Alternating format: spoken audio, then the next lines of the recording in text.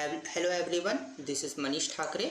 और हम लोग टीचिंग एप्टीट्यूड के सीरीज़ में हैं, जिसमें हमने पहले डिस्कस कर चुका है teaching concept, definition of teaching, objectives of teaching, nature and characteristics of teaching. और आज हम जो डिस्कस करने वाले हैं वो है phases of teaching, basic teaching models. ये दो चीज़ें आज हम कवर करने वाले हैं।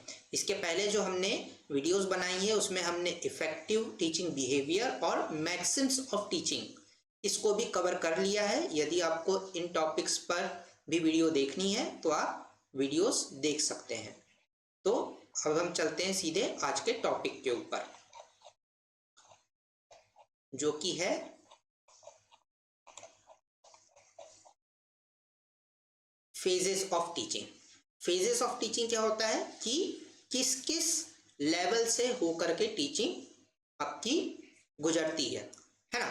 जब भी आप पढ़ाने जाएंगे as a assistant professor in any university और कॉलेज, तो आपकी टीचिंग, आप जब पढ़ाने जाएंगे तो आप किस किस फेज से गुजरेंगे। सबसे पहला क्या होगा, pre active phase. Pre active phase यानी कि प्लानिंग वाला फेज।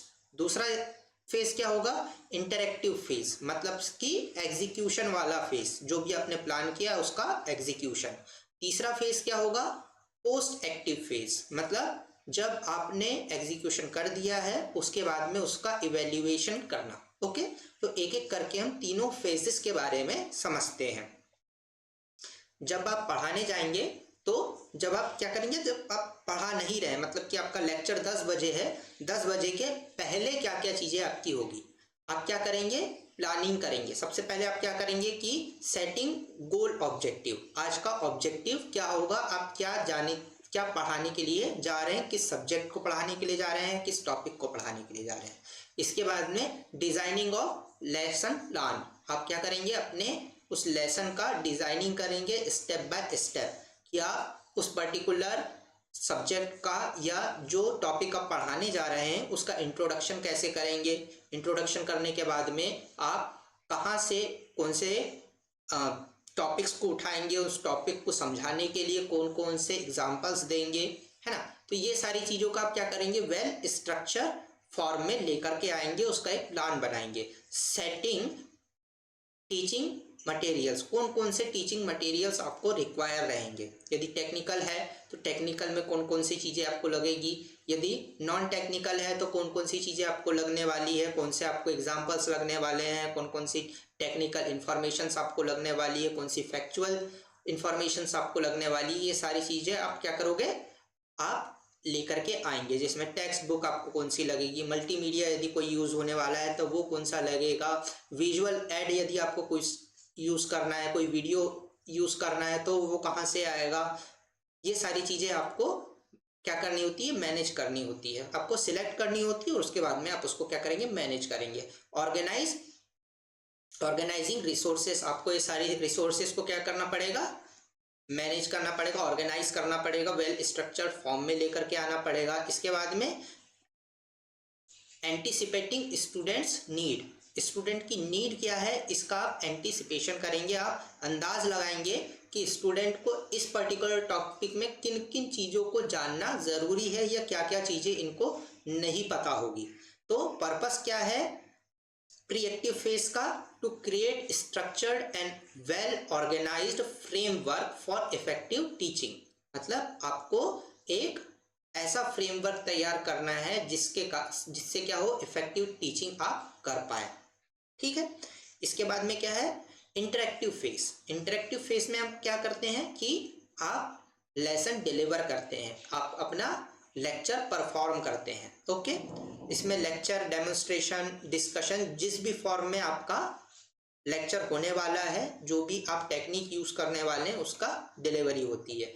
आप स्टूडेंट्स के साथ में एंगेजमेंट करते हैं, मतलब कि आप बात करते हैं, क्वेश्चन करते हैं, क्वेश्चन का जवाब देते हैं, डिस्कशन करते हैं। उसके बाद में क्या है, प्रोवाइडिंग इमीडिएट फीडबैक, यदि किसी प्रकार का क्वेश्चन होता है तो आप उसका आंसर देते हैं, कोई कहीं पे कंफ्यूजन होता है तो आप उसका क्लियरिफिकेशन देते हैं, है ना। उसके बाद में आप क्या करते हैं, क्लास मैनेजमेंट करते हैं, साथों साथ कि क्लास में बहुत ज़्यादा बोरिंग भी ना हो जाए और बहुत ज़्यादा आउट ऑफ कंट्रोल भी ना हो जाए। तो आपको एक थिन लाइन को मेंटेन करना पड़ता है जो कि एंगेजिंग भी हो और वेल मेंटेन्ड भी हो। ओके, तो पर्पस क्या है इस फेज का?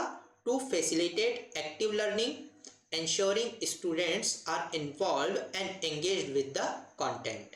ओके, तो ये पर्पस क्या होता है कि भाई एक्टिव लर्निंग हो, स्टूडेंट का इन्वॉल्वमेंट इंश्योर हो और स्टूडेंट जो है कंटेंट के साथ में एंगेज्ड रहे। ओके, इसके बाद में क्या है?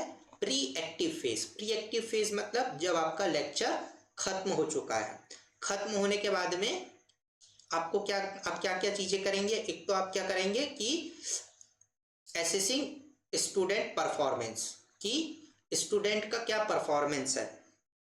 आपने आज जो पढ़ा है उससे रिलेटेड आप क्या करेंगे? क्वेश्चंस करेंगे कि भाई समझा तो, क्या समझा आपने आज। ओके, तो ये क्या है आपका प्री परफॉर्मेंस या लेक्चर के प्री एक्टिव फेज का पहला पॉइंट है कि आप क्या करेंगे कि लेक्चर आपने डिलीवर कर दिया, जिस कंटेंट के बारे में आपने लेक्चर डिलीवर किया है उसके बारे में आप क्या करेंगे? टेस्ट लेंगे, क्विज लेंगे या छोटा क्वेश्चन आयर करेंगे। ओके, इसके बाद में रिव्यूइंग लेक्चर इफेक्टिवनेस। आप क्या करेंगे कि आपने जो लेक्चर दिया है उसका कितना कितना वो इफिशिएंट था, कितना वो परफेक्ट था, उसमें कितने लूप होल हो सकते हैं, आपकी अप्रोच कैसी थी और क्या उसमें इम्प्रूवमेंट हो सकता है, इसके बारे में आप क्या करेंगे? आप सोचेंगे और उसमें इम्प्रूवमेंट के लिए पॉइंटर्स फाइंड आउट करेंगे। इसके बाद में क्या? Providing feedback. आप स्टूडेंट्स को फीडबैक प्रोवाइड करेंगे कि आपका कहाँ पर स्ट्रेंथ थी, कहाँ पर आपकी वीकनेस थी। ओके, और किस चीज पे स्टूडेंट को काम करने की जरूरत है। इसके बाद में रिफाइनिंग टीचिंग स्ट्रेटेजीज। जो आपको फीडबैक मिल रहे हैं, जो आपने खुद का लेक्चर का असेसमेंट किया है, उससे आप अपने कंटेंट को रिफाइन करेंगे, आप अपने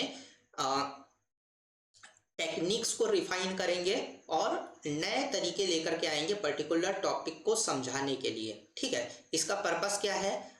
to ensure that learning objectives were met. मतलब कि जो आपकी लर्निंग का ऑब्जेक्टिव था, जो आपका टीच करने का ऑब्जेक्टिव था, वो पूरा हुआ है या नहीं हुआ है। Okay, and to continuously improve teaching practices. और आप कंटिन्यूसली अपनी टीचिंग प्रैक्टिसेस को इम्प्रूव करते हैं। ठीक है, additional point two improve enhance understanding. ठीक है, कौन कौन सी चीजें आप स्टूडेंट की अंडरस्टैंडिंग को सुधारने के लिए कर सकते हैं? क्या है वो? है importance of reflection. Importance of reflection का क्या मतलब है कि पोस्ट एक्टिव फेज के बाद में जो भी आपके फाइंड आउट्स है कि कहाँ पर आप बहुत अच्छे थे, कहाँ पर आपको वर्किंग की ज़्यादा ज़रूरत है, उसको आप क्या करें? एडॉप्ट करें और उसके ऊपर काम करें। कंटिन्यूस साइकिल, मतलब कि जो आपको फीडबैक मिला है उसका उसके ऊपर आप एक्शन लें, फिर उसके बाद में उसको इम्प्लीमेंट करें, फिर उसके बाद में क्या करें? वापस से फीडबैक लें और ये सर्कल क्या है? कंटिन्यू चलते रहेगी। और स्टूडेंट सेंट्रिक फोकस होना चाहिए। मतलब स्टूडेंट सेंट्रेड फोकस का क्या मतलब है कि स्टूडेंट की जो नीड है, उनकी जो एबिलिटी है, उसके हिसाब से आप अपने कंटेंट को तैयार करें, अपना डिलीवरी उस हिसाब से करें जो कि स्टूडेंट को समझ में आए। ओके, तो ये क्या थे? आपके फेजेस ऑफ टीचिंग थे, जिसमें 3 फेजेस हैं। कौन सा कौन सा? Post active phase, interactive phase, post active phase. ठीक है, ये 3 फेजेस के बारे में हमने समझा। आई होप कि आपको समझ आया होगा। यदि आपको किसी भी प्रकार का डाउट है तो आप मुझे कमेंट बॉक्स में बता सकते हैं। इसके बाद में क्या है? Basic models of teaching. Basic models of teaching कौन कौन से हैं? पेडागोजी, एंड्रागोजी और ह्यूंटागोजी। ठीक है, ह्यूंटागोजी, ये 3 फेजेस होते हैं, ये 3 मॉडल्स हैं टीचिंग के। एक एक करके समझते हैं कि ये क्या होते हैं। सबसे पहले क्या? पेडागोजी।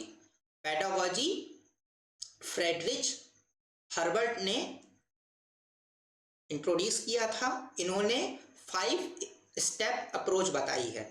किसकी? पेडागोजी की।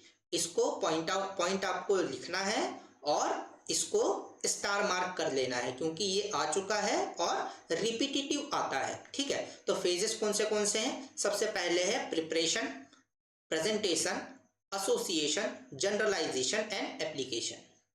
मतलब क्या कि आपको सबसे पहले अपने कॉन्सेप्ट को प्रिपेयर करना है। मान लीजिए कि हम बात करते हैं नंबर्स की, नंबरिंग बच्चों, क्योंकि पेडागोजी जो है वो छोटे बच्चों को पढ़ाने का एक मॉडल है। ठीक है, तो छोटे बच्चों को पढ़ाने के लिए सबसे पहले क्या किया जाता है? प्रिपरेशन किया जाता है किसका? नंबर सिस्टम का। ठीक है, कि नंबर सिस्टम क्या है? 1 2 3 4 5 6 है। इसके बाद में प्रेजेंटेशन दिया जाता है उसको कैसे? टेबुलर फॉर्म में उसको बताया जाता है। इसके बाद में क्या करते हैं? एसोसिएशन करते हैं। एसोसिएशन कैसे करते हैं कि ये 1 है, ये 2 है, ये 3 है, ये 4 है, ये 5 है। इस प्रकार से हम क्या करते हैं? एसोसिएशन करते हैं। ठीक है, तो हमने क्या किया? नंबर को फिंगर्स के साथ में एसोसिएट किया। उसके बाद क्या किया हमने? जनरलाइजेशन किया। मतलब इन 5 फिंगर्स के बाद में हमने क्या किया कि एप्पल बुक्स में आपने देखा होगा बच्चों को क्या रहता है? डिफरेंट फ्रूट्स रहते हैं जो कि अलग अलग क्वांटिटी में रहते हैं जिनको काउंट करना होता है। तो क्या फिंगर्स के अलावा एप्पल भी 1 होता है, पैरोट भी 1 होता है ना? तो आपने क्या कर दिया? नंबर को जनरलाइज कर दिया, हर जगह अडॉप्ट कर सकता है ना?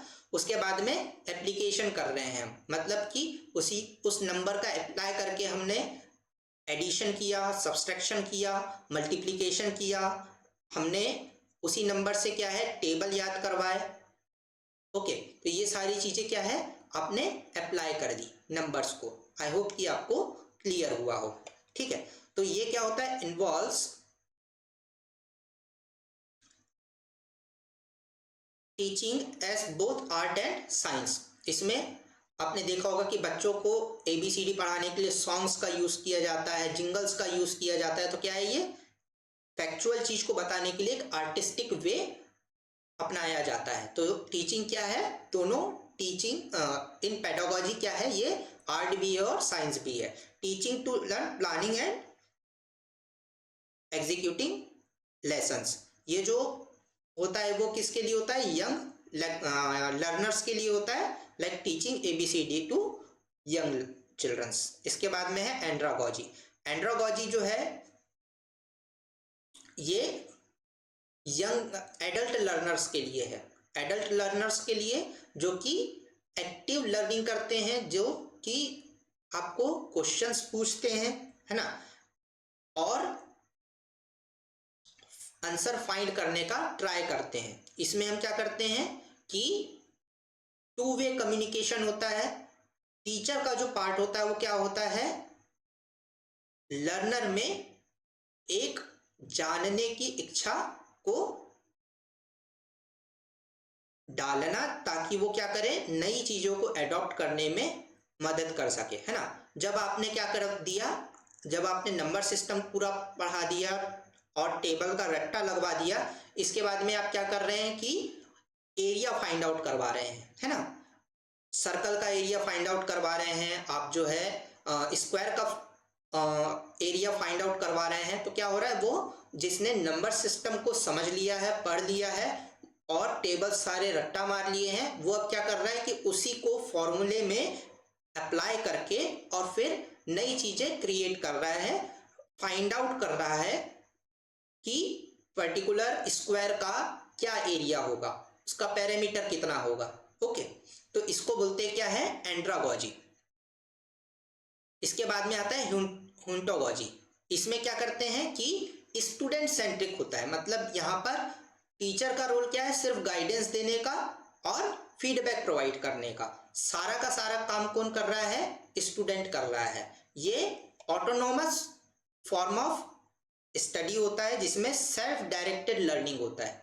सेल्फ डायरेक्टेड लर्निंग में क्या होगा कि आप खुद से ट्राई करके सीख रहे हैं। फॉर एग्जाम्पल कि आपको YouTube चलाना सीखना है, अभी आपको चैट GPT सीखना है, तो क्या करेंगे आप? डिफरेंट उसको कमांड्स दे करके नई नई चीजें कैसे क्रिएट करनी है आप सीखेंगे।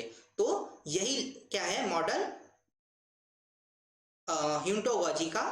ओके, तो सबसे पहले कौन सा हमने फेज पढ़ा, हमने पढ़ा पेडागोजी। पेडागोजी में टोटल क्या होता है, टीचर सेंट्रिक होता है, जो टीचर पढ़ा देता है वही स्टूडेंट सीखता है। एंड्रोगोजी में क्या होता है, दोनों का पार्टिसिपेशन होता है। ये एडल्ट लर्नर्स के लिए है, जहां पर क्या होता है कि टीचर का काम होता है गाइडेंस प्रोवाइड करने का, और स्टूडेंट क्या करता है, उस गाइडेंस को यूज करके नॉलेज गेन करता है। यूंटोगोजी क्या है, टोटली स्टूडेंट सेंट्रिक है।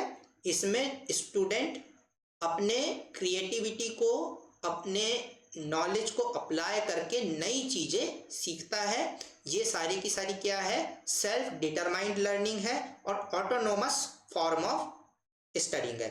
हम तीनों को साइड बाय साइड देख लेते हैं, जिससे क्या होगा, आपका कॉन्सेप्ट क्लियरिटी होगी। तीनों प्रपोज किन किन ने किया है, ये नाम आपको नोट कर लेना है। दूसरा क्या है, डेफिनेशन क्या होती है, art and science of teaching children, बच्चों को पढ़ाने की आर्ट और साइंस है ये। कौन सी, पेडागोजी। एंड्रोगोजी क्या है, the method and practice of teaching adult learners, क्या है, एडल्ट लर्नर्स को पढ़ाने की ये प्रैक्टिस है, मेथड है। ह्यूंटोगोजी क्या है, a study of self determined learning where learner take full control of their learning, यानी कि स्टूडेंट क्या करता है, फुल कंट्रोल लेता है अपने टीचिंग के लिए, लर्निंग के लिए। लर्नर का क्या पार्ट रहता है पेडागोजी में, ये बच्चे होते हैं और पूरे पूरे डिपेंडेंट होते हैं किसके ऊपर, टीचर के ऊपर। एंड्रोगोजी में क्या होता है कि एडल्ट होते हैं और सेल्फ डायरेक्टेड होते हैं, ओके। और ह्यूंटोगोजी में क्या होता है कि हाईली ऑटोनोमस होते हैं और सेल्फ मोटिवेटेड इंडिविजुअल्स होते हैं, खुद से वो लर्न करना चाहते हैं, ओके। फॉर एग्जांपल कि आप अभी जिस स्टेज में, वो क्या है, ह्यूंटोगोजी है। क्या कि आपको यदि पेडागोजी के बारे में सीखना है तो आपने YouTube में सर्च किया, वीडियो सिलेक्ट किया और उसके बाद में आप क्या कर रहे हैं, उसको नोट डाउन कर रहे हैं, पढ़ रहे हैं, ओके। जब हम क्या करेंगे, लाइव क्लास करेंगे, तो उस समय क्या होगा आपका, उस समय होगा आपका एंड्रोगोजी, जहां पर हम दोनों मिलकर के किसी चीज, इस पर्टिकुलर टॉपिक के बारे में डिस्कशन करेंगे। टीचर का क्या रोल होता है, एंड्रोगोजी में टीचर सेंट्रिक होता है, जो कि टीचर सारा का सारा आपको कंटेंट प्रोवाइड करता है। एंड्रोगोजी में क्या होता है कि टीचर का गाइडेंस वाला पार्ट होता है, और ह्यूंटोगोजी में क्या होता है कि मॉनिटर करना और कंसल्टेंसी प्रोवाइड करना, ये दो चीजें रहती है टीचर की। ह्यूंटोगोजी में क्या है कि मॉनिटर करना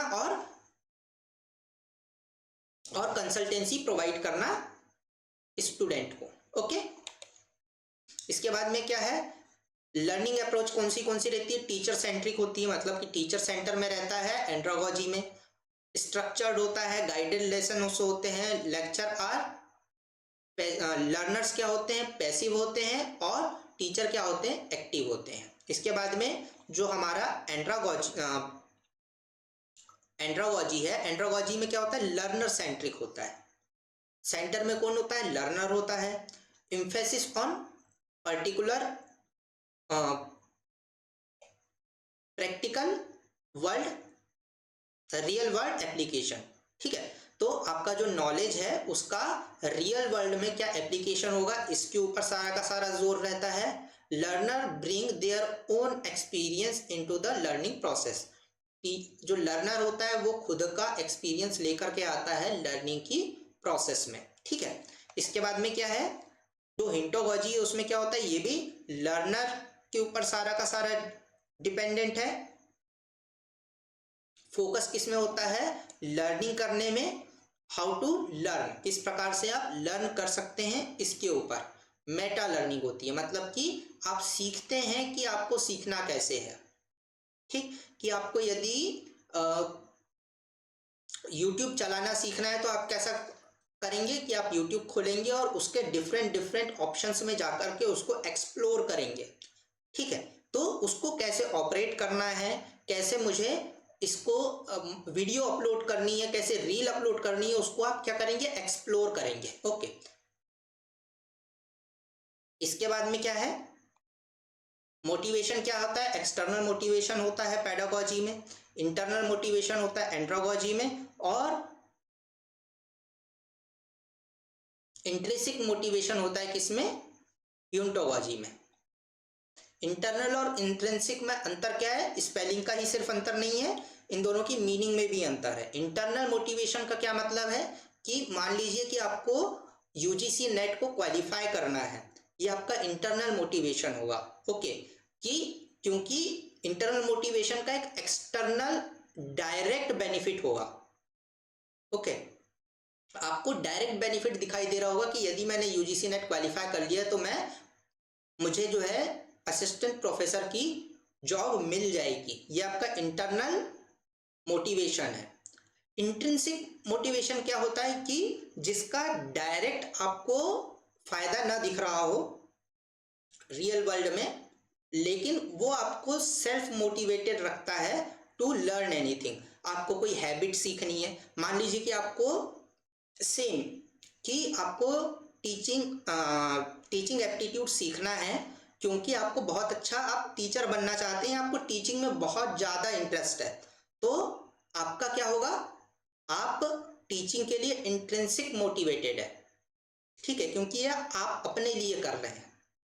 कोई नई हैबिट आपको सीखना है, गिटार बजाना सीखना है, ये क्या है, आपका इंट्रिंसिक मोटिवेशन है। इंटरनल मोटिवेशन क्या होगा, इंटरनल मोटिवेशन होगा यदि आप किसी कॉन्सर्ट में बजाने के लिए इस पर्टिकुलर आर्ट को सीख रहे हैं। ओके, तो आई होप कि आपको ये सारी की सारी कॉन्सेप्ट समझ में आए हों। आज अभी जो हमने पढ़ा है वो क्या है, पहला है कि फेसेस ऑफ टीचिंग कौन से होते हैं, और दूसरा क्या है कि बेसिक टीचिंग के मॉडल्स कौन से होते हैं। आई होप कि ये सारी आपको क्लियरिटी होगी।